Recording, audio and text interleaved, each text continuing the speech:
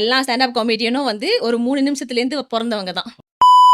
First time நான் stage ஏறும்போது கொஞ்சம் நர்வஸா இருந்துச்சு. ஆனா எனக்கு அந்த சிரிக்க மாட்டாங்களோ அப்படின்ற பயம்லாம் இல்ல. ஆனா அதுக்கப்புறம் நான் வந்து when I decided to continue right அப்ப கொஞ்சம் ஆடிரும். புது மூஞ்சிலாம் பார்த்தா ஐய்யய்யோ! இதுங்க சிரிக்குங்களா என்னன்னு தெரியலையே அப்படின்னு. ஸோ ஓப்பன் மைக்ல கொஞ்சம் பல்ப் வாங்குனதெல்லாம் இருக்கு.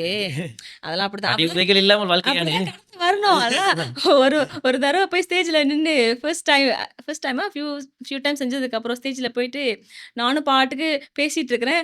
ஒரு நாதி கூட சிரிக்கல. எனக்கு அங்கேயே கண்ணெல்லாம் கலங்கிருச்சு.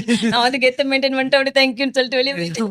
முத்தான ஜோக்குகள் எல்லாம் வேஸ்டா போச்சு அப்படின்னு. நினைக்கிறேன். பிரச்சனை என்னன்னா, இப்ப நான் வந்து அத ரிஃப்ளெக்ட் பண்ணி பார்க்கும்போது, தி திங் இஸ் அந்த ஜோக் உங்ககிட்ட இருந்தாலுமே, பஞ்ச் லைன் உங்ககிட்ட இருந்தாலுமே, நீங்க அங்க மேல கான்ஃபிடென்ட்டா இல்லன்னா, ஆடியன்ஸ்க்கு தெரியும்.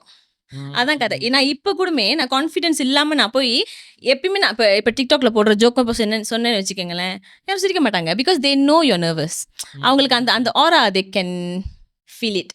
அதனால நம்ம சிரிப்பு வருதோ இல்லையோ, நம்ம வந்து கான்ஃபிடன்ஸ் இஸ் கீ Confident, அப்படின்னு நம்ம கொஞ்சம் Okay. கெத்தாவே பேசினா, people will be involved in your story like what you are saying.